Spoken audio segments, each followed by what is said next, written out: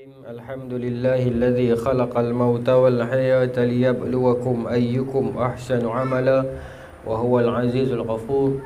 Asyhadu an la ilaha illallah wa asyhadu anna Muhammadan abduhu wa rasuluh. Wa nusalli wa nusallim ala sayyidina Muhammadin wa ala alihi wa sahbihi ajma'in. Radina billahi rabba wa bil islami dina wa bi Muhammadin nabiyyin wa rasulah. Tuan-puan, ibu ayah, muslimin, muslimat yang dirahmati Allah sekalian, Assalamualaikum warahmatullahi wabarakatuh. Terima kasih Blood Brother saya. Orang kena sebut Blood Brother ni, zaman movie tu kan. Blood Brother kan tajuk dia kan. Blood Brother tu teringat Gamak Walid tau.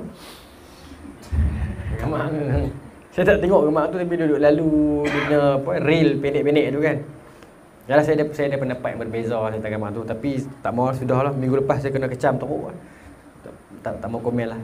Cuma mungkin berbalik dengan hadis malam ni jugalah, insya-Allah tuan-tuan. Ibu ayah, malam ni kita masuk kepada hadis nombor 20. Saat saja masa berlalu dah hadis ke-20 dah.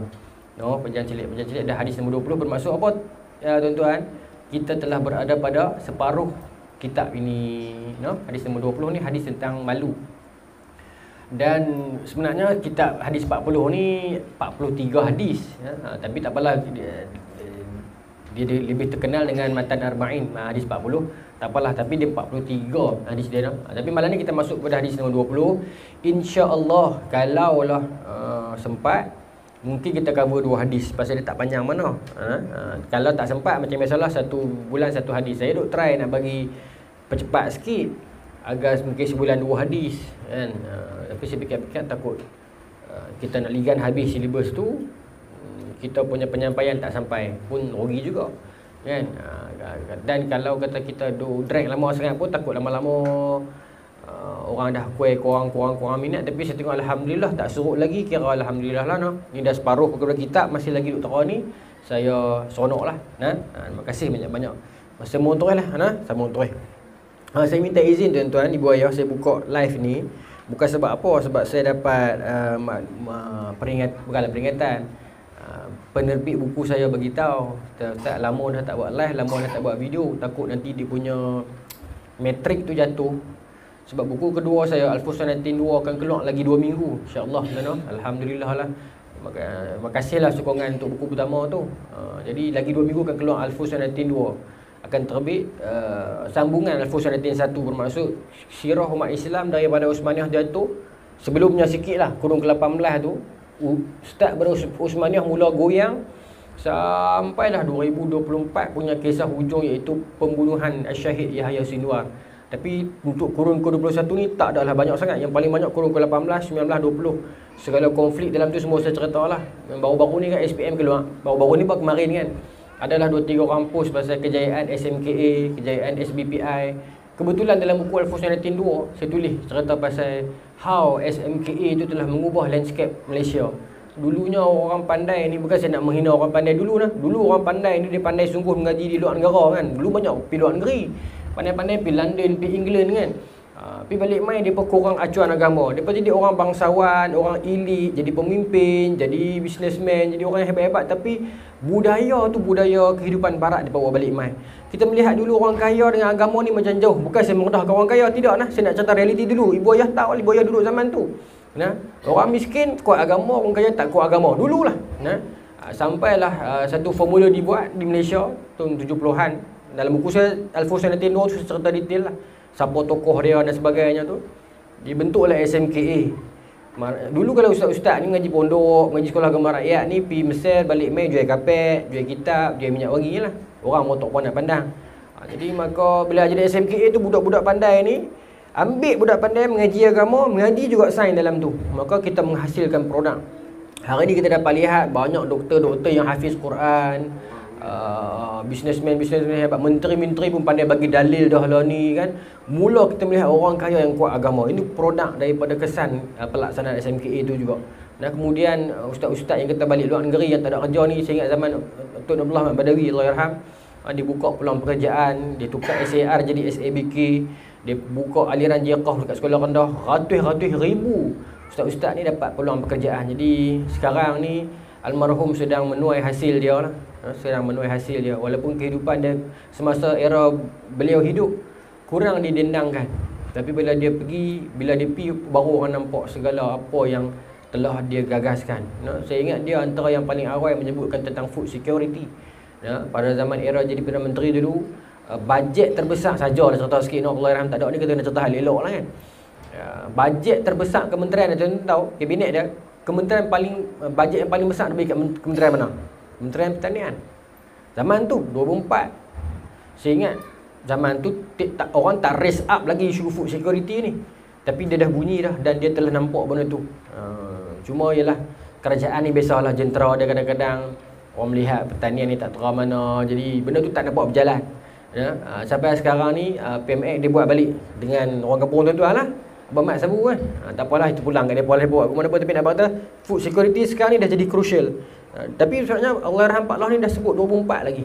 20 tahun yang lalu dia dah mula concern tentang tu. Dia telah mula risau tentang bagaimana banyak tanah-tanah bendang ditambak dijadikan tanah-tanah lot dan lot-lot kedai dan perumahan dan sebagainya. Pada akhirnya kita nak makan apa? Habis dah benda-benda hijau ni. Semua pakat naik besi dan simen. Dulu saya pergi kerja, bukan dulu sangat. Saya baru kerja 8 tahun ni. Duduk pulang kat arah Kuda ni dulu seronok kan, sejuk gelap kan Bukit Tok Alang.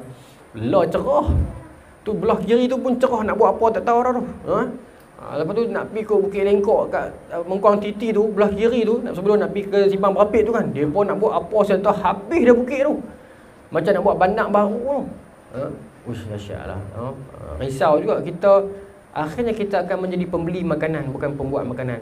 Kita akan sampai pada satu zaman esok, satu paket beras kecil lagi mahal daripada, lagi berharga daripada mahal. Silap-silap kita boleh sampai ke tahap tu nanti.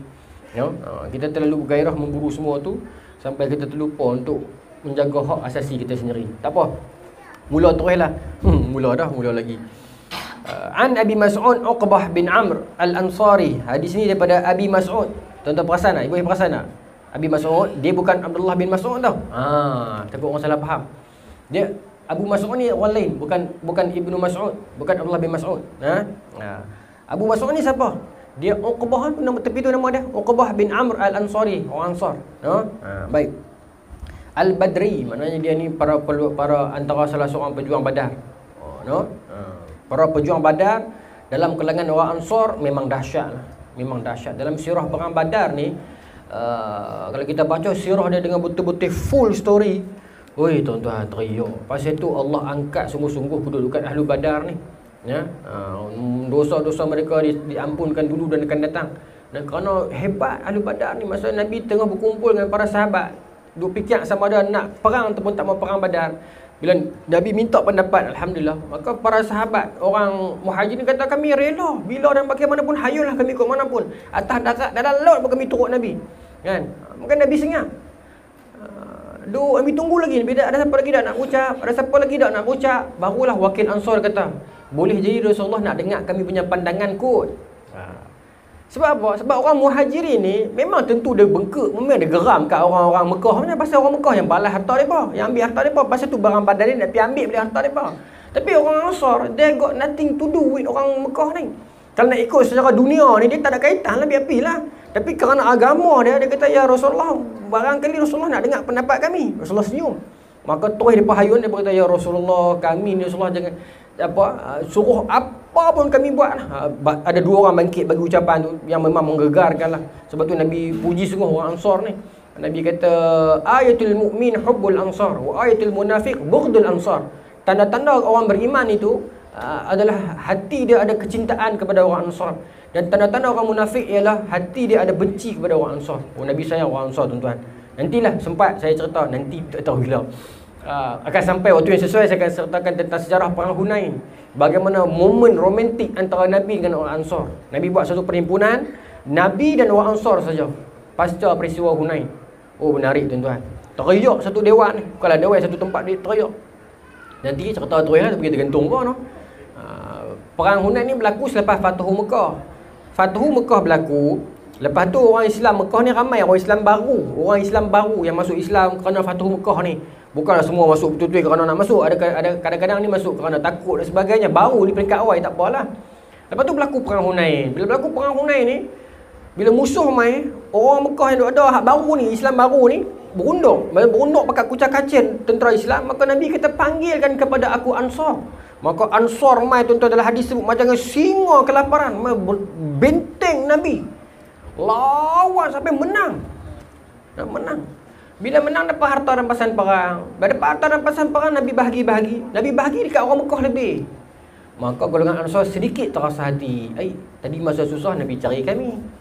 Pasal apa lah masa bagi harta Nabi bagi kat orang kampung dia. Nabi kan orang Mekah, Nabi orang asal Mekah. Dan masa tu Fatuh Mekah, maknanya Mekah dah merdeka dah. Nabi orang asal Mekah. Jadi dia pun rasa macam Nabi bagi orang dia lah, kita ni siapa. Maka Nabi dengar cerita tu sampai kat Nabi. Maka Nabi panggil, Nabi suruh sahabat atok satu perhimpunan, satu pertemuan Nabi dengan Ansar saja. Saya pendekkan cerita. Nabi kata, Allah ni macam ni lah orang Ansar. Hampa pilih, hampa nak balik ke Madinah dengan lembu dan kambing, sebab antara pasal perang tu ada lembu, kambing apa semua tu, ataupun hampa nak balik ke Madinah dengan Rasulullah. Mereka dengar tu tuan-tuan, mereka teriak, mereka kata, ya Rasulullah, bagi semua tu kat orang Mekah, lembu ke, kambing ke, mah ke, baju ke apa, bagi semua kat mereka, asalkan Rasulullah balik dengan kami, itu sudah memadai. Sebab apa tuan-tuan, masa tu dah ada bunyi-bunyi dah. Selepas Fatuhu Mekah, kan Nabi duduk Mekah 13 tahun, masa kerasulan lah. Selepas kerasulan, pergi Madinah 10 tahun. Nabi orang Mekah. Jadi selepas 10 tahun tu berlaku Fatuhu Mekah, maka Nabi tak ada halangan untuk balik Mekah, pasal Mekah dah merdeka. Jadi masa tu duduk dengar bunyi-bunyi dah, orang kata, ya mungkin Rasulullah nak balik Mekah, baliklah aku. Orang sana, macam kita lah tuan-tuan. Pencin-pencin kerja kerana balik duduk kampung lah, apa lagi. Dia pun beranggapan, duduk sedih lah. Nabi tak ada esok balik Mekah, duduk risau. Tahu-tahu Nabi pergi kata lagu tu, hampa nak balik Madinah dengan kambing lembu kan nak balik dengan aku? Dia berkata, ya Rasulullah, biar api dah mereka ambil semua, asalkan Rasulullah seorang balik dengan kami, itu lebih daripada cukup. Maka Nabi SAW menunaikan janji baginda. Nabi wafat di Madinah. Nabi ikut balik Madinah sampai Nabi menghembuskan nafas terakhir di Madinah. Sampai hari ini pun jasad baginda Nabi SAW yang mulia itu berada di tanah Madinah. Jadi Nabi SAW yang mengotorkan janji. Tuan-tuan, okey, itu Al-Ansari Al-Badri. Jadi orang Badri, orang Ahlu Badar ni hebat lah. Kalau hierarki para sahabat ni, hierarki apa bahasa Melayu dia tuan-tuan? Hierarki lah no. Hierarki lah ibu ya tahu hierarki. Tahu lah, awak tak tahu sini international ni. Ranking para sahabat ni, nombor 1 Sayyidina Abu Bakar dengan Sayyidina Umar. 1 Sayyidina Abu Bakar, kedua Sayyidina Umar. Ni ulama susun lah. Kemudian Sayyidina Uthman, kemudian Sayyidina Ali. Ini pandangan ulama secara general. Tapi pandangan ulama di Kufah mengatakan 1 Abu Bakar, kedua Umar, ketiga Ali, keempat Uthman. Tak apalah, itu khilaf saja. Tapi overall dia panggil Khulafa' Ar-Rasyidin. Abu Bakar dan Umar memang the best tu lah. Sebab apa? Sebab Nabi sebut, hadhani sayyidan kuhuli min ahlil jannah min al-awwalin wal akhirin ila nabil mursalin. Al-hadis. Maka dua orang ni paling mulia. Kemudian Abu Bakar, kemudian Uthman, kemudian Ali, kemudian ulama susun. Siapa lepas pada tu? Selepas Khulafa' Ar-Rasyidin siapa? Mengatakan Al-Asyarah, 10 orang Al-Asyarah Mubasyaru bil Jannah tu, 10 orang sahabat yang dijanjikan syurga tu. Siapa lagi? Talhah, Zubair, Sa'id bin Zaid, ni antara sahabat-sahabat yang 10 dijanjikan syurga. Abu Ubaidah Al-Jarrah. Selepas daripada tu siapa? Dikatakan Al-Badriyun, para pejuang Badar. Lepas tu ada dikatakan As-Sabiqun awwalun, orang yang awal masuk Islam. Tapi termasuklah semua tu kategori dia sama juga tu. Tapi nama kata para Badriyun, para Ahlul Badar memang sangat dahsyat lah. Hatib bin Abi Balta'ah, seorang sahabat Nabi, pernah buat satu silap. Dia hantar surat kepada Abu Sufyan. Masa tu Abu Sufyan belum Islam. Ni peristiwa Fatuh Mekah ni lah. Macam bocok dokumen rahsia kerajaan lah. Dapat tangkap Sayyidina Umar nak pancung kepala dia. Nabi tak bagi. Nabi tanya dia, "Lelok Hatib, kenapa buat kerja ni?" Maka Hatib cerita lah. Kalau ikut tu dah kenak dah tu. Tapi Hatib cerita lah masalah dia. Dia bukan saja buat. Dia kata, "Ya Rasulullah, aku bukan buat kerja ni." Pasal dia bocorkan strategi Nabi. Dia bocorkan strategi Nabi dekat Abu Sufyan. Jadi dia beritahu kat Abu Sufyan, Nabi akan sampai masuk nanti ni. Nabi nak masuk ke mana, cara lagu mana. Jadi bila berita tu sampai kat Rasulullah, Rasulullah Sayyidina Ali pergi cari, pergi tangkap dapat seorang perempuan yang bawa surat tu. Cerita tu panjang. Tapi bila dapat tangkap, tanya-tanya siapa yang bagi surat ni kan, cek Hatib bin Abi Balta'ah. Sahabat Nabi. Bila tangkap ni kira kenak dah tu. Lepas tu Sayyidina Umar nak pancung dah. Bukan Nabi kata, "Jangan Umar, pasal apa sabar, saya tanya dulu." Maka dia kata, "Ya Rasulullah, saya buat kerja ni bukan kerana saya nak kalahkan Islam. Saya tahu Islam tentu akan menang. With or without us, Islam akan menang. Ini penting ni tuan. Palestin kita akan menang. Dengan ataupun tanpa kita akan menang. Ya, kita akan menang. Kita akan menang. Sama ada kita angkat berjuang ataupun kita angkat tangan tak mau berjuang, Allah pasti akan menangkan, wallahi. Cuma masanya akan sampai.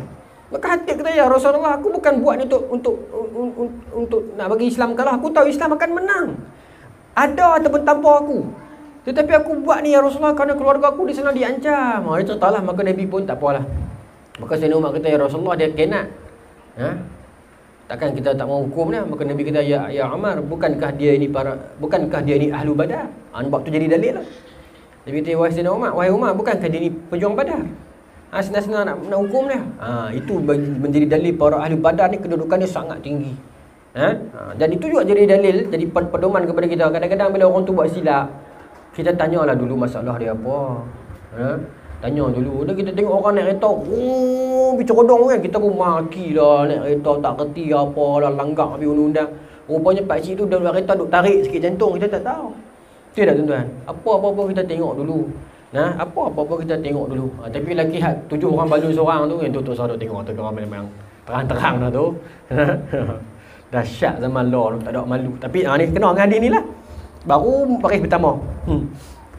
Tapi tak apalah, dia pun muda lagi. Masa depan dia pun jauh lagi kot. Kita pun muda pernah buat silap lah. Cuma hadis ni kena juga. Saya nak cerita lah ni, nanti jadi dia langkau. Saya akan sampai. Dia akan kena.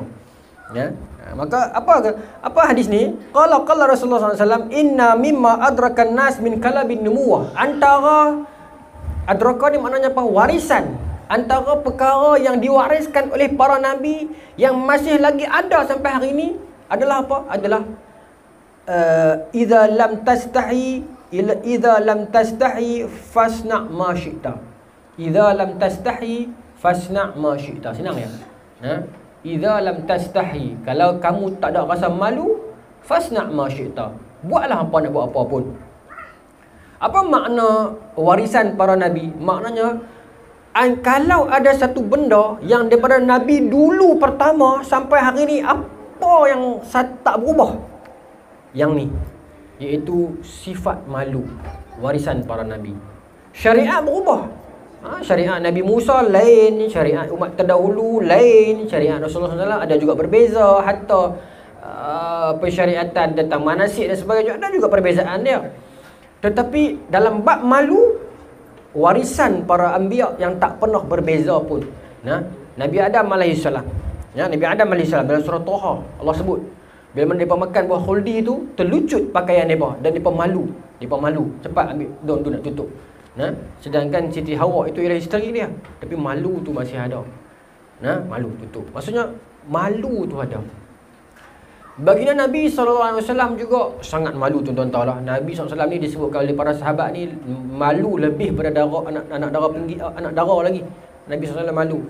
Dan ada satu hadis ni dalam Sahih Bukhari. Hadis ni Jabir bin Abdullah cerita, tapi dia pun dengar je. Dia cerita balik. Hadis ni berlaku, tapi hadis ni bukan selepas nubuah, bukan Nabi jadi Rasul, sebelum Nabi jadi Nabi. Ketika zaman mereka duk macam tacak balik Kaabah tu, ini dalam Sahih Bukhari, dalam bab bunyanul Kaabah, Nabi duk angkat batu lagu tu lah, nak ada something lah, nak bina Kaabah balik. Bukan bina Kaabah balik, macam nak maintenance macam tu lah. Nabi dengan pak saudara Nabi Abbas, tapi Abbas dengan Nabi ni tak jauh mana pun lari. Maka masa nak angkat batu tu, Al-Abbas kata kepada Nabi, masa tu mereka dua-dua, Nabi belum jadi Rasul lah. Dia kata, ya Muhammad, nak angkat tak atas bahu lagi, luka ke apa ke, lapik kain. Maka masa Nabi yang lapik kain, terpaksa lah angkat baju ni sikit. Maka Nabi berasa malu, sampai Nabi malu sangat-sangat, tak tahu nak tahan bila ada kain lapik, kain izar ni kain bawah, lapik tak tahan bau, tak batu tu sambil duk angkat. Bila jadi lambat dia pun nak sambut. Nabi malu ni, bukan ada perempuan pun, tapi Nabi malu sampai merah padam, bukan malu, pingsan. Bila Nabi sedar, Nabi tak mau dah. Tu suruh aku lipat kain naik ke atas ke apa, aku tak mau dah. Tapi kalau kita baca syarah Al-Hafiz Ibn Hajar Al-Asqalani dalam Fathul Bari, dia katakan yang ni kisah ni Nabi sebelum jadi Rasul. Masa ni Nabi SAW umur 35 tahun, sebelum jadi Rasul. Tapi tu pun dah ada sifat malu dah. Tuan-tuan, malu ni dia bukan tentu Islam. Tak Islam pun kalau dia ada sifat natural, common sense, manusiawi tu, dia malu. Abu Sufyan sahabat Nabi. Ingat dah hadis dalam Sahih Muslim yang dia mengadap Raja Rom, Raja Herakles tu. Yang Raja Herakles kata, siapa kenal ataupun siapa yang ada sikit-sikit kaitan dengan seorang lelaki nama Muhammad yang mengaku jadi Nabi tu. Abu Sufyan kata, aku. Dalam hati dia kata, aku lah. Maka dia pergi depan. Maka Herakles kata kepada orang lain, kawan-kawan dia, hampa semua duduk belakang dia. Aku akan tanya dia soalan. Lepas tu hampa bagi signal kat aku kalau dia bohong. Apa dalam hadis tu Abu Sufyan kata apa? Kalau bukan kerana aku malu, orang kata aku penipu, aku akan tipu dah. Masa tu dia bukan Islam. Kan? So dia bercerita yang benar tentang Rasulullah. Baiklah, benarlah, tak pernah menipu lah, amanah. Masa tu dia belum Islam. Tapi dia berkata, kalau bukan kerana aku malu, orang kata aku menipu dah. Maknanya tipu ni satu benda yang besar, tuan-tuan. Benda yang besar tipu ni. Pasal dia bukan efek kita seorang, dia efek semua. Bukan tipu.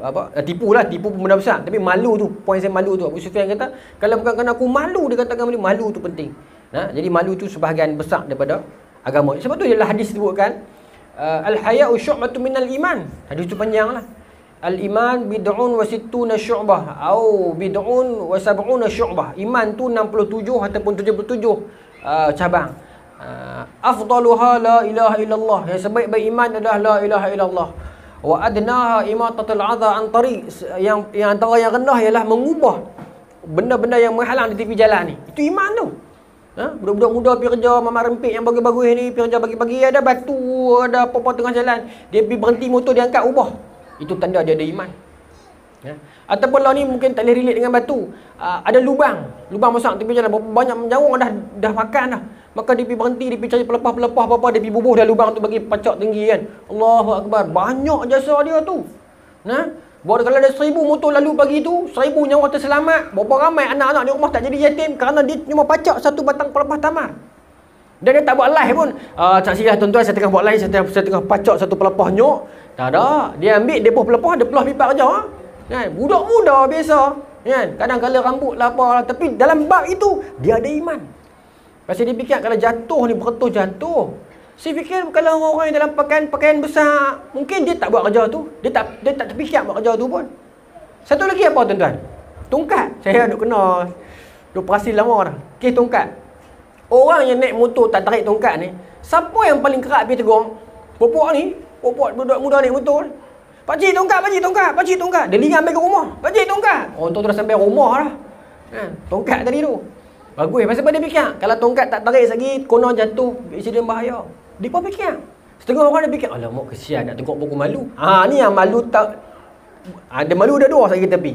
Satu malu memang malu datang daripada agama, daripada iman. Satu malu ni yang bukan daripada agama. Kita akan tengok lagi Baik. Maka kat mana tadi tu? Jadi imatatul adha an tariq, membuang halangan-halangan di jalan. Dan al-haya'u syu'batun min iman. Itu malu itu dah separuh daripada iman. Baik, tengok. Malu itu ada dua. Yang pertama, malu secara fitrah yang tadi itulah. Yang malu datang daripada iman. Kenapa malu ni direlate dengan iman? Cuba kita fikir, kenapa malu dia main dengan iman? Iman ni benda besar ni. Keyakinan ni, rukun iman, kepercayaan kan. Kenapa dia relate dengan malu? Di situ kita nak uji. Orang yang dia ada malu ni, seorang-seorang dia pun dia malu, ditandanya dia ada iman. Dia buat kerja apa di luar, dia macam mana saya nak beri contoh? Orang ni dia kaki tikam ekor. Lihat contoh tu. Dia kaki tikam ekor. Saya cuba bagi contoh nak bagi tuan-tuan faham dengan yang kata iman tu. Lepas tu dia nak pergi kedai, dia balik sembahyang Jumaat. Dia nak pergi kedai nak tikam nombor. Kepiah atas kepala, dia malu. Dia ambil kepiah dia buang. Dia buang poket. Bagus tak tikam ekor tu? Tak bagus lah. Tapi dia ada rasa malu tak? Dia ada juga secebis rasa iman tu. Tu saya nak kata yang relate malu dengan iman tu. Dia nak pergi beli nombor, kepiah atas kepala. Ish, malu Bukan saya kata benda tu bagus. Bukan kata orang tikam ekor nak pergi. Tapi korang-korang saya nak bagi tuan-tuan faham yang dia relate, yang kata dengan iman tu lagu tu Sebab tu Nabi sebut al-haya'u minal iman. bagi orang faham siapa yang malu ni dia relatable dengan iman. Yang tu contoh dia. Banyak lagi lah benda lain. Kalau dia ada iman ni, dia tak malu. Dia malu, dia kontrol juga. Walaupun banyak dengan sikit tu, itu subjektif lah. Tapi dia ada rasa malu tu juga. Ya? Kalau contoh lagi ekstrim, orang dia mandi. Tengah orang ramai water park ke terjun ke, dia tutup semua. Tapi dia mandi seorang-seorang dalam dia. Dia tak jaga habis semua. Tapi kalau orang tu jenis jaga, walaupun seorang-seorang dia pakai juga kain basah. Ni hak jantan lah, perempuan sangat jaga semua. Korang-korang dia pakai lah boxer. Pasal dia rasa malu juga walaupun tak ada siapa. Iman ada rasa tu walaupun duduk seorang-seorang. Ya, walaupun dia duduk seorang-seorang. Jadi tu yang kata ada rasa tu. Baik. Yang kedua ialah malu yang dalam syarah Dr. Mustafa Buron dia kata malu yang buat-buat. Malu yang bukan daripada agama. Macam kes tadi tu lah, tarik tongkat tu. Ataupun malu ini saya nak sebut juga, geram. Mula-mula kita rasa okey, lepas tu kita jadi meluat. Dia buat konten lepas menikah, salah malu. Aku geram sungguh. Benda halal. Sekali seorang buat, lepas tu orang pakai puji. Pakai habis, malu habis satu Malaysia. Tuan tengok tak? Banyak tengok tak? Jenis-jenis macam tu. Ya, lepas menikah, lepas tu nak salam jadi malu. Tak apalah, hak sahabat pertama buat tu 10 tahun lepas tu mungkin betul lah kan. Lepas tu orang pakai puji bagusnya, nak darah ni malu, nak turun ni sopannya malu. Minggu depan tu lagi 100 pasangan pakai malu lah kau. Dia jadi konten pula dah. Hang salam sudahlah halal. Yang masa tak halal tak malu, yang jadi halal dia buat segan. Kita ni mengaji psikologi, kita tahu hak ni buat hak ni betul. Kita nampak, tuan-tuan pun nampak mengaji psikologi Kita nampak budak ni muhur ni pasal gagah ada kamera. Tak ada kamera tengok. Apa yang jadi lagu tu ni zaman law ni? Malu pun jadi konten dah. Kita jadi baguslah malu tu jadi konten, tapi kita salah meletakkan benda tu. Benda yang halal kita buat jadi lagu tu. Benda yang sebab tuan-tuan, saya minta maaf, benda ni saya memang tak setuju. Daripada awal saya tak setuju. Masa mula-mula video tu keluar, bini saya duk kata baguslah abang ni porno. Saya kata saya tak setuju. Biar pi yang nak kata apa saya pun. Saya kan orang suka kata suka lawan dengan orang. Saya tak setuju. Sebab saya kata kalau hang buat lagu tu, laki hang jadi malu. Yang si suami duk suruh tangan, bini duk dia buat lagu tu kan, dia pergi pegang mak. Yang si laki tu, kawan tu marah dia nak letak mana. Nampak lagu dia pula rasa macam gelojoh. Nampak tak? Kadang-kadang kita nak up diri kita, kita lupa kita sedang menjatuhkan orang lain. Daripada awal saya tak setuju dah. Saya kata kat bini saya masa tu, hang tengok lepas ni minggu depan, bulan depan mesti akan ada konten macam ni. Jadi semua baiklah. Jangan buat macam tu lah. Tak usah duk malu. Malu ni biar bertempat. Sekali kita akan tengok malu yang kata betul-betul perempuan ni kat mana. Sekali. Semua sekali lagi ni. Baik. Nabi sebut dalam hadis, Nabi kata al-istihya'u minallah. Malu pada Allah ni apa? Antahfaza ra'su wa ma wa'a. Dia menjaga kepala dia dan semua anggota dia. Tu tanda dia malu pada Allah. Maknanya apa? Yang saya kata tadi tu lah, mandi dia, apa semua, jaga aurat dia, semua tu dia jaga. Tu malu pada Allah. Wal batana wa ma hawa. Dan perut dia dan apa dalam isi dia. Maksudnya apa? Makan hak pelik-pelik, merapu makan cekidi-cekidi. Walaupun halal tapi tak taibah, dia rasa malu lah kalau aku makan pelik-pelik ni. Walaupun dia halal tapi kalau aku tak jaga elok-elok, perut ni Allah Ta'ala bagi free kat aku ni, dia rasa malu. Tu hebat lah level tu. Yang pertama jaga anggota fizikal, yang kedua jaga perut dan dalam dia. Wal batana wa ma hawa. Dan hawa dia, kehendak dalaman perut dia jaga. Malam ni makan apa tuan-tuan? Tanya lah. Dah lewat 2 bulan dah tak main kat tuan-tuan tu. Apa nama ni? Dia jaga kan? Makan kita nak jaga tuan-tuan. Makan ni, Allah, sekarang ni takut tengok kita makan. Takut. Malaysia ni makan ni takut. Color ni tak ada color dah. Tak ada color dah. Semua color kita ada wakil dah makanan tu. Dulu ayak satu warna. Lah semua jenis warna ada ayak. Lah tak cukup dengan satu warna, satu gelas ada 3 layer pula warna. Punya dahsyat kita ni. Makanan macam-macam jenis makanan. Takutlah. Masa depan anak-anak kita macam mana. Dulu orang kata umur 40 start dia kena kontrol dah. Takut penyakit. Lah umur 30 dah kena start dah. Takut masa depan esok umur 20 dah kena start jaga-jaga dah. Kuih lama kuih tak sihat. Sedangkan kuih lama patutnya kuih lama kuih kita kena kuat sebab lagi hujung lagi dekat dengan perang akhir zaman. Tapi kuih hujung kuih kita lembek. Kena berani, kena kuat. Baik. Maka tuan-tuan, yang kedua ni sifat malu yang tak patut ada lah. Malulah nak tegur kemungkaran. Malulah nak nyatakan kebenaran. Malu yang tak patut ada. Baik. Terus lagi boleh tuan-tuan. 8.5 baru. Baik. Ada satu hadis, ada satu riwayat cerita pasal hadis ni. Cerita ni terkenal juga. Cerita tentang hadis ni. Hadis ni daripada Allahumma salli ala sayyidina Muhammad. Hadis ni daripada jaluran dia daripada Abu Mas'ud tu turun kepada Amr bin Dinar, turun kepada Syu'bah, turun kepada Al-Qa'nabi, Al-Qa'nab.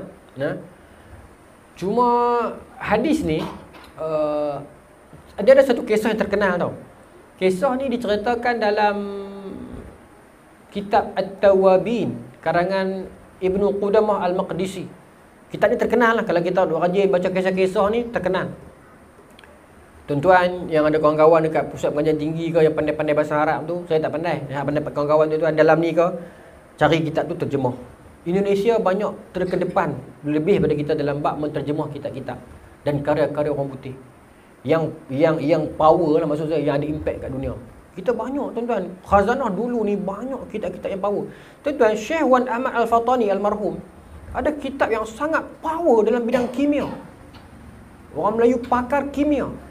Syekh Wan Ahmad Al-Fatani tu disebut sebagai genius Melayu.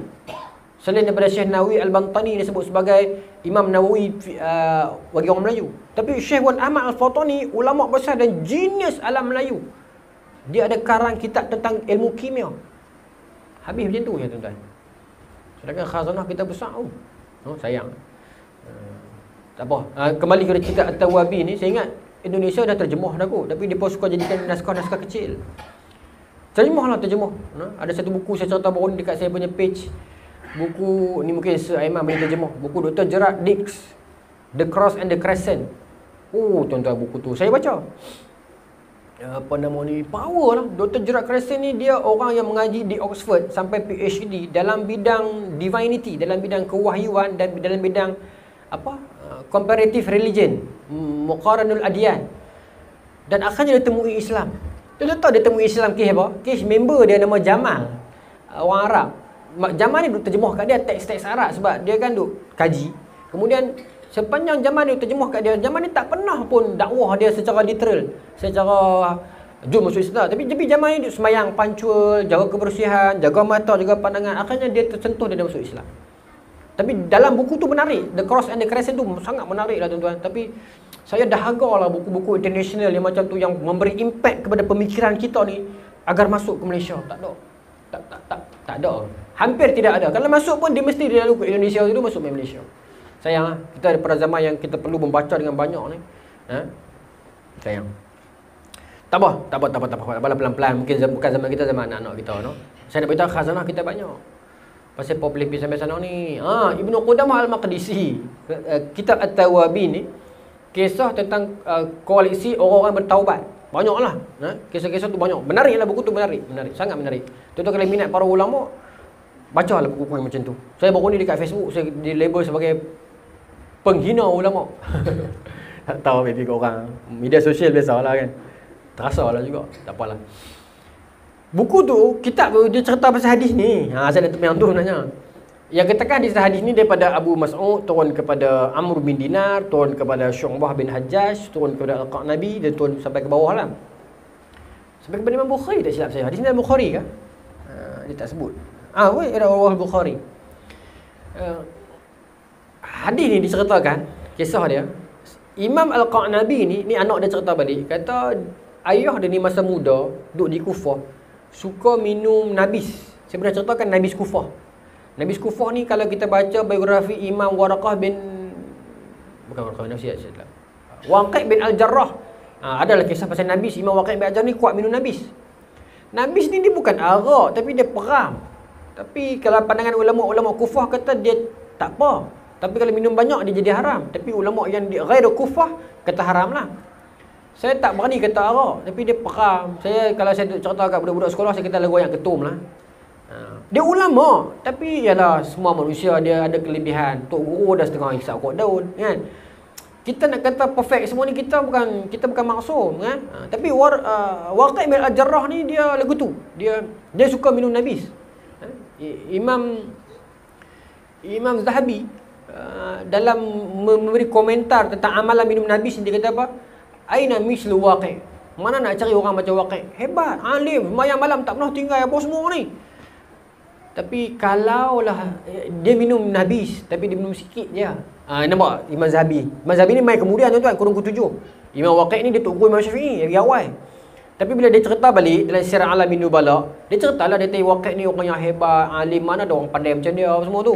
Mayang tengah malam apa semua ni. Tapi dia suka minum nabis. Tapi dia minum sikit je Imam Zahabi kata. Tapi kalau dia tak minum terus lagi lah bagus. Macam tu cara kita komen ulama. Kan kita tonton tu hantam tak ada. Cara tu. Tapi dia minum lah. Baik, tapi ini bukan cerita tentang Imam Waqi'. Ini cerita tentang Imam Qa'nabi. Al-Qa'nabi ni imam besar, anak murid yang paling banyak riwayat daripada Imam Malik. Al-Qa'nabi ni. Tak apa, saya nak beri status cerita ni. Masa tu dia pergi Mekah. Lepas tu dia duduk minum. Kau dekat Kufah juga. Tapi tak apalah. Masa dia ni suka minum nabis tu. Minta maaf sebut lah kita minum ketum. Kita duduk open di rumah kita. Ada balang. Member suka main rumah. Member duduk main lah kan. Cuma tak boleh lah buat nyamuk Coca-Cola apa ni. Ni kira hak pure lah ni. Member kerap main. Maknanya perangai lagu tu ni zaman Arab tu dia pun duduk ada dah. Kalau kaki open ni, rumah dia orang kerap main kan. Tak apalah. Orang duduk main perimpun, lepak minum tu.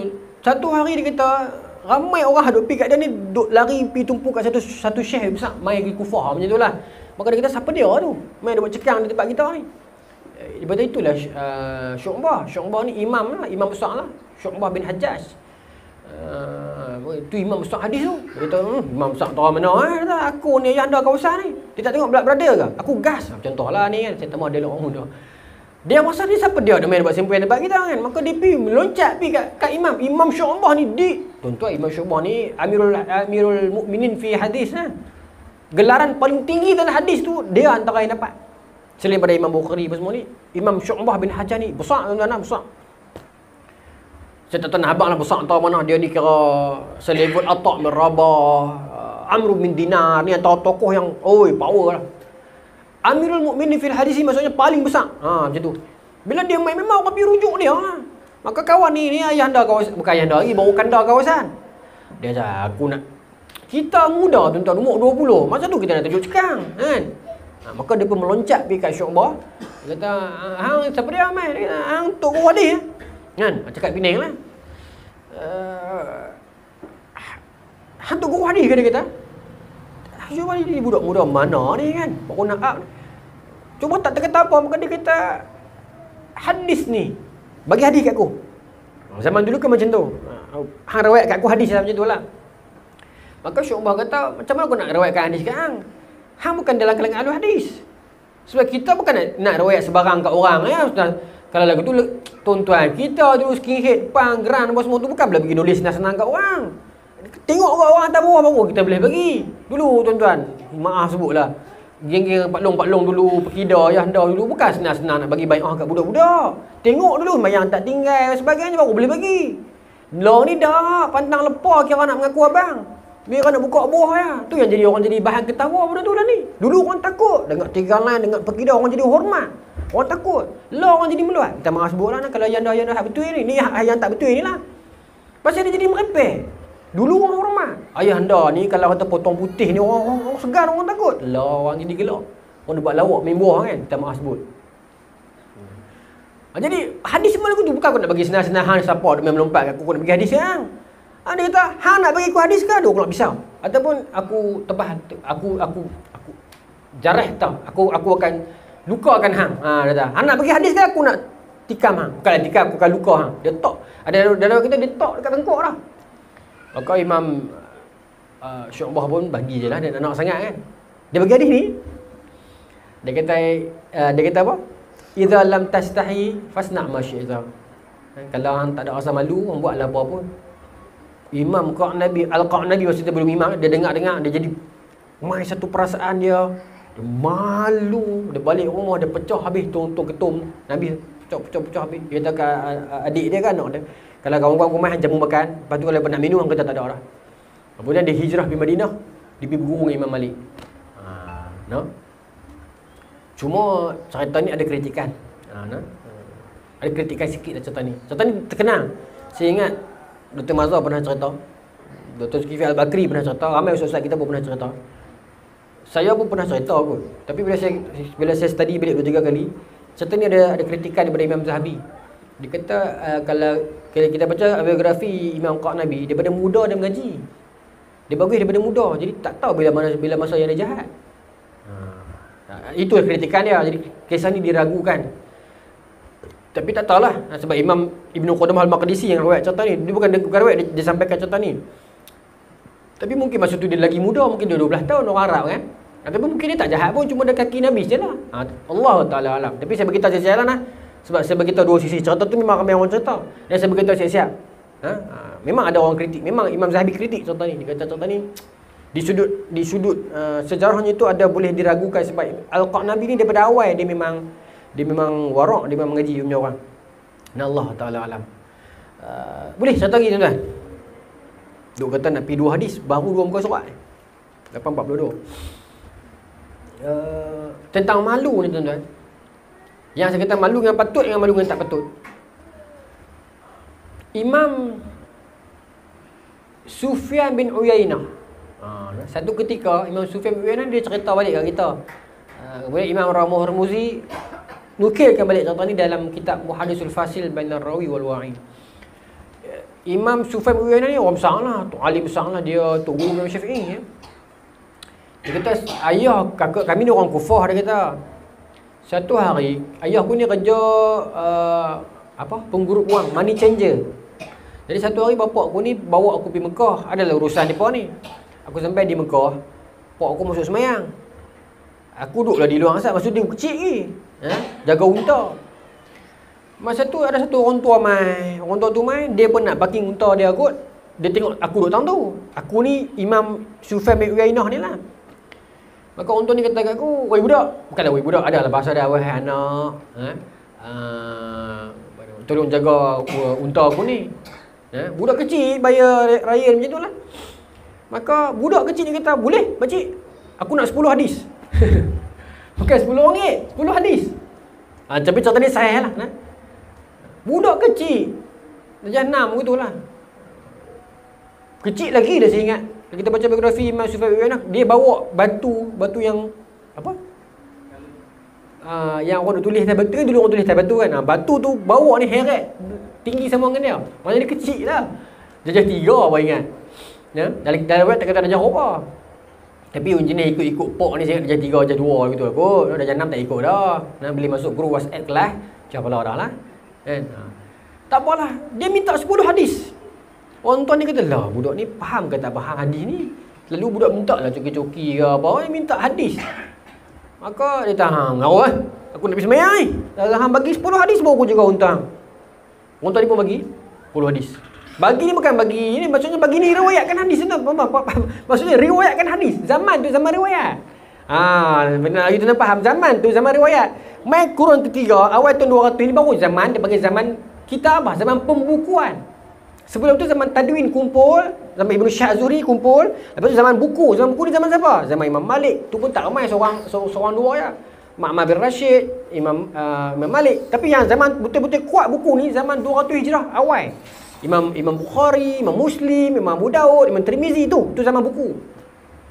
Maksudnya ini zaman awal lagi. Maknanya bila aku macam mana? Riwayat hadis bil lisan. Macam tu.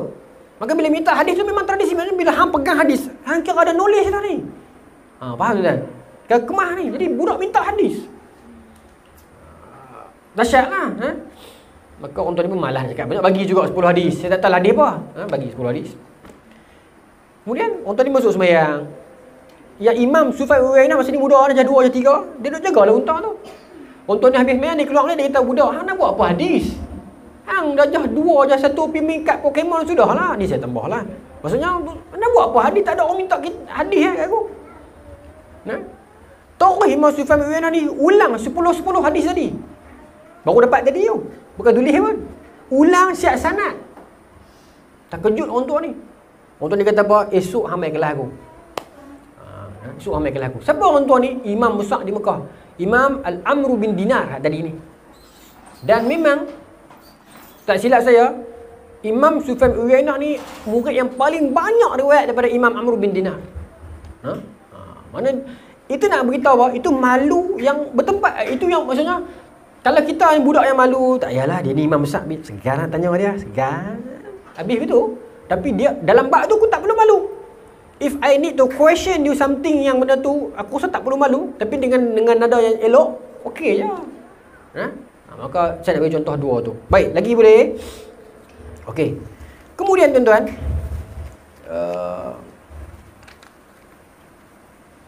satu yang menarik tuan-tuan tentang saya ingat yang saya nak yang tu, yang saya nak tutup yang tu lah. Dalam Quran Allah sebut tentang malu ni banyaklah nah. Antaranya yang saya kata Nabi Adam tadi, sifat malu Nabi. Dan bila kita malu ni kuat, orang bukan malu dengan kita tau. Kalau malu dengan iman tu lah. Imam Sayyidina Osman, wa asdaquhu hayaan. Nabi kata, Osman, orang yang paling benar malu dia itu. Sebab tu Nabi kata perkataan wa asdaqu. Bukan Nabi kata orang yang paling malu tak. Orang yang paling benar malu dia. Maknanya Sayyidina Osman malu yang paling betul. Kita kena perbetulkan terjemahan tu. Sebab setengah terjemahan dia kata, hadis tu panjang. Nabi kata, arhama ummati bi ummati Abi Bakr wa ashdaqum hayaan Umar. Arhama ummati bi ummati Abi Bakr wa ashadduhum fi amrillah Umar wa asdaquhum hayaan Utsman. Hadis tu panjang. Yang paling lembut Abu Bakar, yang paling kerah Umar, yang paling malu Utsman. Bukan paling malu, yang paling benar malu dia. Malu bertempat orang kata. Jadi Sayyidina Osman ni memang malu dia kuat. Contoh hadis tu kan yang Siti Aisyah riwayat kata Sayyidina Abu Bakar masuk, Nabi duk elok sinting kain, duk cara Nabi lah, cara duduk rumah. Bila Umar main pun Nabi macam tu. Bila dengan Osman nak main, Nabi perbetul. Kan? Nabi kata, bukan apa, Nabi kata pasal Osman ni terlalu malu. Benar malu dia. Jadi kalau dia malu, dia masuk tengok Nabi duduk lagu tu, takut dia pula malu. Maka Nabi tak mau bagi dia rasa malu. Nabi buat macam tu. Itu pun sunnah juga. Kalau kita tahu kawan kita jenis lagu tu, dia berasa jenis malu, kita janganlah duk pergi buat dia jadi lagi malu. Member jenis suara tak sedap dan memang malu pun, kita buat menui kahwin, kita buat karaoke, kita pergi panggil dia. Allah. Jangan dia buat lagu tu. Kalau jenis malu, dia memang tak mau berucap di depan, jangan panggil dia. Kita meraihkan latar orang tu.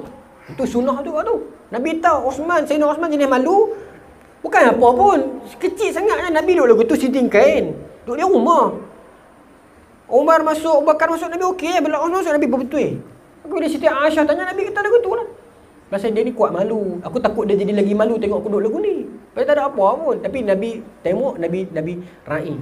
Nabi raih. Kalau dia jenis malu, kita layan dia cara malu. Kita cikgu di sekolah, ada budak kita dia jenis pongoi, kita marah dia cara dia pongoi. Budak tu jenis takut, kita marah dia cara dia lembut, cara dia takut. Kita kontrol dia ikut latar dia. Tak apa, sikit sebagai penutup. Salam. Apa nama, kisah tentang diringkas ya nak. Kisah tentang bagaimana Nabi Musa AS kan lepas Nabi Musa kena ligan keluar daripada Mesir sebab tertampak orang mati tu kan. Dia masuk ke kampung Nabi Syuaib. Bila sampai ke kampung Nabi Syuaib, dia tengok ada dua orang perempuan. Either Nabi Syuaib ataupun Syuaib saja. Sebab dalam riwayat ni dia berbincang, lelaki itu adakah dia Nabi Syuaib ataupun seorang orang tua soleh nama Syuaib. Tak apalah, saya tak mau tekak bab tu. Tapi yes, kebanyakan kata Nabi Syuaib.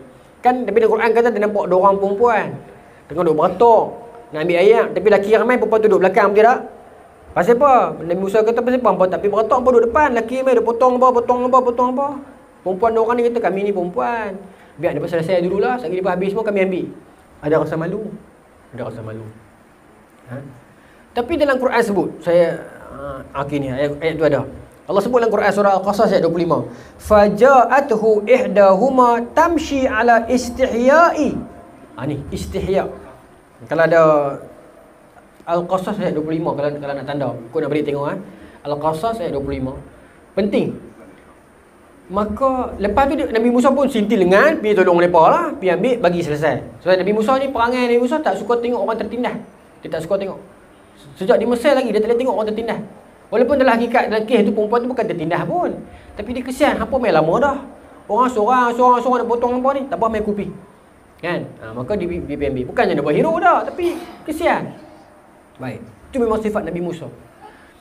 Jadi bila dia dah tolong, perempuan dia pun balik rumah dia, pergi cerita kat mak pak, cerita kat pak dia pun kan, yang tadi katakan Nabi Syuaib tu. Perempuan tu main balik, salah seorang tu main balik. Allah sebut dalam Quran, faja'athu ihdahuma tamshi ala istihya'i. Tamshi ala istihya. Perempuan tu main balik kat dia, pasal Nabi Syuaib kata pergi panggil dia lah. Nak tengok siapa yang tolong apa tadi tu. Perempuan tu main kat dia, dia pun dua orang adik, salah seorang main. Main kat Nabi Musa, tamshi ala istihya. Dia berjalan dalam keadaan malu-malu. Saya nak tanya tuan-tuan, saya tutup kan. Saya nak tanya para ibu ayah, Quran ni sifat dia apa? Quran ni sifat dia jami' manik ataupun jawami'ul kalim. Maknanya dia short and sweet. Betul tak tuan-tuan? Quran tak pernah cerita panjang tak. Tak ada. Hatta cerita tentang Nabi Yusuf dan Zulaikha, Quran tak sebut mana nama Zulaikha. Quran kata Imratul Aziz. Kita tahu mana nama Zulaikha, tafsir. Quran cerita tentang Bani Israel, sebelah orang. Cuma kata ini ra'aitu ahada asyara kaukaban wa syamsa wal qamar ra'aituhum li sajidin. Quran tak habaq nama apa. Hatta lelaki yang saya kata tadi Nabi Syuaib tu, sampai sekarang pun ulama berdebat. Is it him Nabi Syuaib ataupun bukan Nabi Syuaib? Lah orang dah berdebat Nabi Zulkifli tu Buddha ataupun bukan, tuan. Tengah dah viral kat TikTok lah ni. Jumpa makan Nabi Zulkifli, kan? Nantilah. Fakta yang betul adalah betul Nabi Zulkifli bukan Arab. Tu betul. Tapi adakah di China tu benda panjang, tu cerita dia panjang. Tapi betul lah dia bukan Arab. Tu hadis sahih. Abu Zar Al-Ghifari tanya Nabi, berapa orang Nabi Arab? Nabi kata 4 orang ya. Nabi Hud, Nabi Saleh, Nabi Syuaib dan Nabi Muhammad, Nabi Mu'ini. Nabi kata, 4 orang. Jadi Nabi Zulkifli memang bukan Arab pun. Cuma betulkah dekat tembok besar Cina tu, yang tu panjang memerlukan penelitian lebih. Kembali cerita tadi, Quran tu tak cerita lelaki tu siapa. Ulama berdebat, either Nabi Syuaib ataupun lelaki soleh. Hatta perempuan tu nama apa pun kita tak tahu. Betul tak? Itu sifat Quran. Quran memang dia, kalau benda yang tak berapa penting dia tak cerita. Dia cepat. Sebab tu dia short and sweet. Tuan-tuan, kalau nak ikut logik akal manusia ni, Allah cerita buat apa? Faja'athu ahaduhuma tamshi ala istihya. Perempuan tu main kat Nabi Musa balik jalan malu-malu. Betul tak tuan? Kalau nak ikut logik, nama pun tak habaq lagi penting. Tarikh bila, berlaku bila. Adakah Nabi Syuaib betul ataupun lelaki lain? Yang tu lagi penting. Tapi yang tu Allah tak habaq. Tu terbuka kepada penafsiran. Tapi yang perempuan ni cara jalan Allah habaq, dia jalan malu-malu. Nampak tak? Nampak kata yang tu lagi penting. Betapa pentingnya malu bagi seorang perempuan sampai Allah rakamkan cara dia berjalan tu. Nampak penting tak tuan? Dia think lagi nama lelaki tadi Nabi Syuaib ataupun bukan. Dia think lagi nama perempuan tu apa. Dia think lagi kisah dia lagi besar ni. Hatta Fir'aun yang lawan dengan Nabi Musa tu, Fir'aun yang mana satu? Ramses ke anak dia ke apa? Tak tahu. Terbuka kepada penafsiran. Pasal Quran dia memang short and sweet. Tetapi when it's come to yang ni, kalau kita fikir cara kritikal, tak payah cerita pun tak apa. Cara jalannya, faja'athu ahaduhuma tamshi ala istihya. Mai balik seorang perempuan, salah seorang tu pergi kat Nabi Musa jalan-jalan malu-malu. Kalau nak ikut logik lah, tuan-tuan faham tak maksud? Bukan saya hina Quran, saya nak agungkan Quran ni. Hebatnya Allah Ta'ala ajak kita. Betapa Quran ni subhanallah powerful. Di situ lah Allah nak beritahu kita betapa besarnya sifat malu ni kepada seorang perempuan. Tengok, bila dia sampai perkataan cara dia berjalan malu tu Allah tak buang. Walaupun nama kita tak tahu, anak siapa, tapi malu tu nak beritahu, itulah wanita. Tapi bukan kata wanita saja kena malu, laki pun kena malu. Boleh lagi kan? Dah 5 minit. Dan adakah malu bererti kita jadi penakut? Tak. Sayyidina Ali masa peristiwa perang Khandaq, kan dia kena kepung. Kemudian ada seorang panglima besar sekali orang musyrikin Mekah, nama dia Al-Amru bin Abdul Wud Al-Amiri. Ni tok besar, gajah tok merah besar. Musyrikin lah. Orang tak berani lawan dia, cekang. Dia keluar ke tengah-tengah tu, dia ajak fight, duel. Kan fight wawai tu kan. Dia siapa berani lawan dengan aku? Sayyidina Ali masa tu kecil. Tak adalah kecil, muda lah berbanding Nabi apa semua ni kan. Kecil lah. Maka Sayyidina Ali keluar. Maka bila Amr bin Abdul Wud ni tengok Sayyidina Ali, dia kata, wahai anak menakan aku. Maksudnya anak lah, maksudnya budak lah. Wahai anak menakan, wahai budak. Aku la uhibbu an aqtulak. Aku tak suka lah aku bunuh hang. Kapiak ni. Dia kata ambil balik lah. Pergi semua SPM dulu, isi UPU dulu. Aku tak suka kalau aku bunuh hang. Tu saya nak balas apa? Aku pula suka bunuh hang. Tu level tu. Dia dengar lagu tu, kau orang ajak budak ni. Lawan lah. Lawan memang sendiri libah dia. Dan dia mati lah. Masa dia mati tu, jatuh mati tu, tak syahid lah orang kapiak kan. Baru tu saya nak dibunuh balik. Saya mak tengok nak kata Ali wang. Dia masa dia mati tu, ghanimah tu, harta yang dia pakai tu hang boleh ambil. Dia pakai baju besi. Baju besi tu antara yang paling rare sekali. Semua orang tahu sejak zaman jahiliah lagi macam itulah. Al-Amr bin Abdul Wud ni tokoh besar, memang warrior musyrikin. Cuma saya ingat dalam perang Badar dia tak masuk macam itulah. Maksudnya dia orang duk tunggu-tunggu dia ni, nama besar. Tiba-tiba Ali yang muda ni boleh jatuhkan dia. Dan Ali ada hak untuk ambil baju besi dia. Saya ni kata bukan aku tak mau ambil. Masa dia jatuh aku nak tikam dia dah tu, terselok kain. Dia selok baju aku nampak sikit aurat aku jadi malu nak. Maknanya malu tu ada. Tapi berani tu pun ada dalam masa yang sama. Bukan kata kalau kita malu kena jadi pengecut lembek dah. Bukan kalau kita jadi kuat warrior tu macam punya Raja Tok Mio kita kena tak boleh malu. Dah. Malu pun ada juga. Nabi SAW tak ada pahlawan yang lagi kuat, yang lagi tangkas daripada Nabi. Tapi Nabi malu. Tak ada orang lagi handsome daripada Nabi, tapi Nabi malu. Jadi malu tu ada. Dan yang terakhir tuan-tuan, bateri pun tinggal 5. Yang terakhir, overall saya nak katuk ni, yang isu yang paling crucial sekarang ni kita mengalami apa? Kita mengalami satu penyakit yang orang dia hilang malu dalam perbuatan dosa. Saya dosa banyak tuan-tuan. Kita pun dosa banyak. Tapi kalau kita masih ada secebis rasa malu terhadap dosa kita, itu yang dikatakan al-haya'u minal iman lagi lah. Kita dulu muda-muda samsing ataupun ratu kebaya kampung ke, anak cucu dia buka cerita balik raya balik baru ni, tahu tak? Tok menekan kita ni dulu, segan dia. Kita sudah tutup lah album tu, segan lah. Ada lagi rasa malu tu. Padahal bukanlah salah budaya zaman tu kan lagu tu. Tapi kita ada rasa malu nak cerita balik. Tapi kita bila kita dah berubah, kita dulu gangster kelab malam, tatu penuh, kita dah pakai jubah, kita sintim. Pasal apa? Tutup lah. Mari kita ada rasa malu ke mana? Bukan kita berbangga ke mana? Boleh sintim. Sintim kat siapa? Sintim kat budak-budak hak baru doa ni. Itu saya setuju. Geng hak yang dah berubah, bapak-bapak gangster dah berubah ni, ada tatu, pi kat budak-budak baru nak kacau kan habis sintim. Tu tak, bagi saya yang tu tak apa. Bahasa tu uslub dia. Kan? Hang trauma sangat. Kalau aku dulu lebih pada hang lagi bila aku lagu ni. Yang tu boleh, tapi bukan setiap masa. Sebab apa? Bila setiap masa ada tatu tak? Tak ada. Bila setiap masa, ini tanda lahir. Bila setiap masa orang akan anggap apa? Okey, kalau macam tu aku pun nak pakai tatu juga, esok aku berubah. Nampak? Dia kesan dia macam tu. Adapun kita telah berubah, dah jadi orang soleh, kita bercerita orang. Ana dulu ni bukan baik mana. Ana pernah cerita. Nanti orang dengar ni, kita anggap itu dakwah, tapi orang anggap itu galakan. Buat pula program motivasi. Saya sebut terus, tapi saya tak sebut nama. Tapi ni dah lama dah. Ustaz tu pun dah tak buat dah kerja tu. Motivasi rumah tangga suami isteri. Bagi mic, isteri cerita aib dia, laki cerita aib dia. Teriak, tak apa Allah sayang. Bukan cara dia macam tu. Saat pergi balik bergaduh, kita tak boleh buka tuan-tuan. Benda yang telah berlalu. Biarkan dia. Itu urusan kita dengan Allah. Allah ampunkan, alhamdulillah. Allah belum ampun, minta ampun lagi. Tapi kita pergi cerita dan kita sense of ada rasa bangga pula. Saya takut benda ni dia akan fall into apa? Satu golongan yang Nabi sebut sebagai mujahir. Mujahir ni apa? Dia jaharkan dosa dia. Dia tak malu. Even yang dia sedang buat present ataupun yang lalu. Pasal apa saya takut?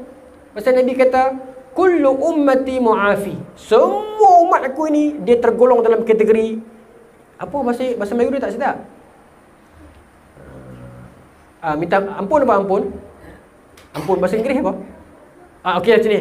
Kullu ummati, setiap umat aku forgivable. Tu sedap lagi, bahasa Melayu saya tak dapat.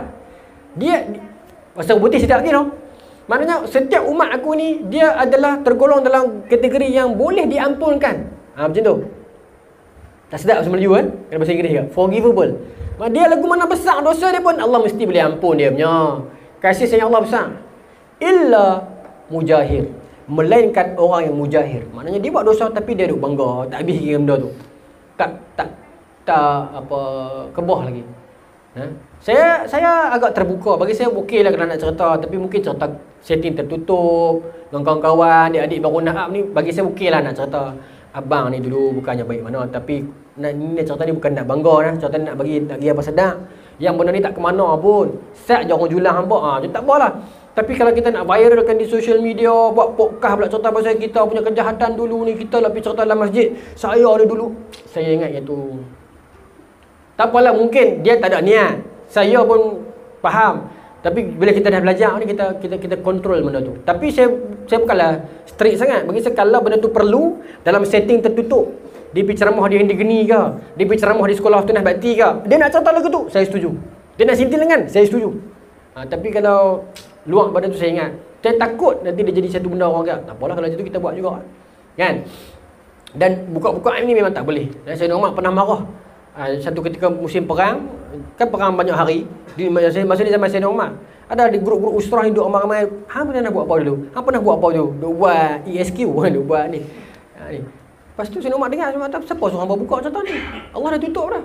Jadi kita tutup. Ya Allah Taala. Bukan hipokrit. Memang Allah suruh tutup, dah Allah tutup. Kita pergi buka apa-apa. Itu kita mujahir. Tambah Allah ni tuan-tuan, dia boleh buat dosa dalam keadaan live terus, tak ada rasa malu terus, Tak ada rasa malu terus. Yang tu kita minta simpang, tuan-tuan. Saya dosa banyak, saya takut kata orang, saya dosa banyak, tuan-tuan. Mudah-mudahan kita tak tergolong dalam kategori yang berbangga dengan dosa dan menayangkan dosa dia. Sebab apa? Kullu ummati mu'afi illa mujahir. Semua umat Nabi Muhammad SAW ni terdedah kepada keampunan, melainkan orang yang mujahir, yang mengisytihad dan berbangga dengan dosa dia. Allah Ta'ala alam, tuan-tuan. Tak sempat juga hadis kedua, tapi study siap-siap lah untuk bulan depan. Bulan depan kita cerita hadis tentang istiqamah, pun menarik juga. Allah Ta'ala alam. Assalamualaikum warahmatullahi wabarakatuh. Allahumma razuqna fahaman nabi nafdul muslimin wal malaikatul muqarrabin wa ahdina fi latil arifin bi rahmatika arhamar rahimin walhamdulillahi rabbil alamin. Assalamualaikum warahmatullahi wabarakatuh.